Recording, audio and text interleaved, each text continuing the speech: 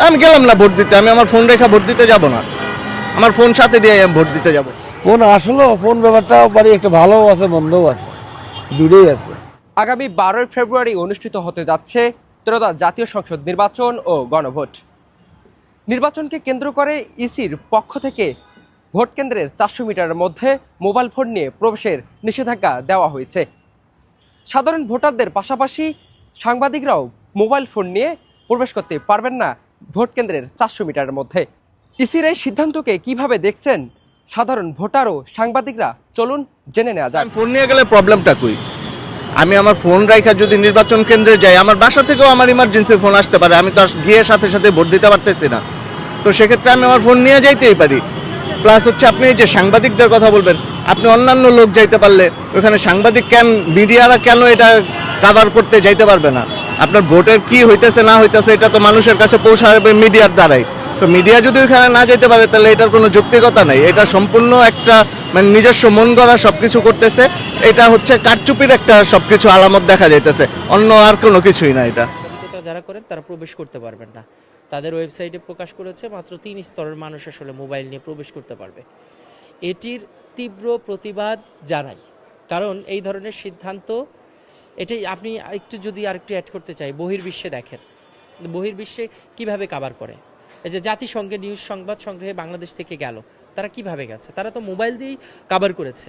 নিয়ে শুধুমাত্র পুলিশের যিনি ইনচার্জ থাকবে ওই কেন্দ্রে এবং প্রিজাইডিং কর্মকর্তা তিনি শুধু প্রবেশ করতে পারবেন, অন্য কেউ প্রবেশ করতে পারবেন না। এটা আসলে আমার কাছে মনে হচ্ছে নির্বাচন কমিশন নির্বাচনের আগে কোনো একটি উদ্দেশ্য বাস্তবায়ন করতে এই ধরনের একটি বিভ্রান্তমূলক সিদ্ধান্ত নিয়েছে। আর আমরা তো মনে করছি যে এটা অনেক ভালো একটা সিদ্ধান্ত, কারণ ফোন থাকলে সমস্যা।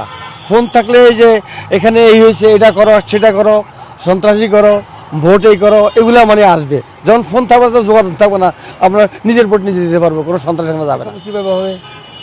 সবাই ঢুকতে হবে না, মানে আপনার খবরটা মানে কোনো আপনার অনিয়ম কিছু হলে আর খবরটা দিতে হইব না, এটা জানাইতে হবে না। এটা সাংবাদিক ঢুকাতে আমার তো মনে হয় মানে এটা সমস্যা না আমার মনে হয়। আপনাকে আসলে আমরা এই ব্যাপারটি নিয়ে খুবই বিব্রত এবং সেই সাথে আমরা এর তীব্র নিন্দা জানাই।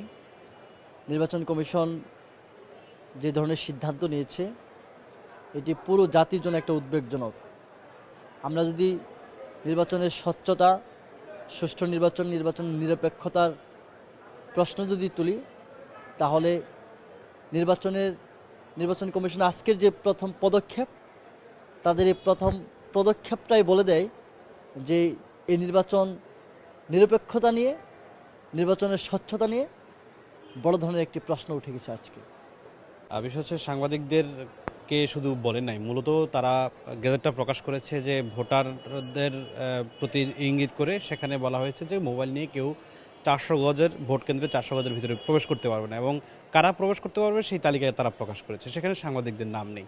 স্পষ্টত বোঝা যাচ্ছে যে সাংবাদিকরাও সেখানে মোবাইল নিয়ে প্রবেশ করতে পারবেন না।